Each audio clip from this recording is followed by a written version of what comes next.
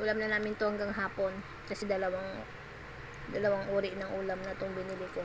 So, worth 50 pesos, then 35,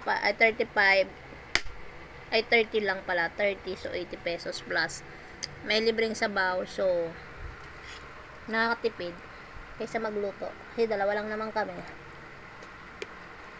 Saka, blessing pa rin. Thank you pa rin sa nagbigay ng pambili. Ayan. Maabot pa rin siya na hanggang ngayon, hanggang hapunan. Maraming salamat.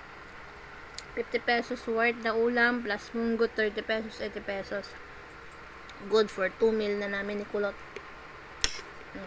Sarap naman guys. Pabalik doon na lang talaga ako laging bumibili. Sabaw ni Mayora. Laging may pasabaw.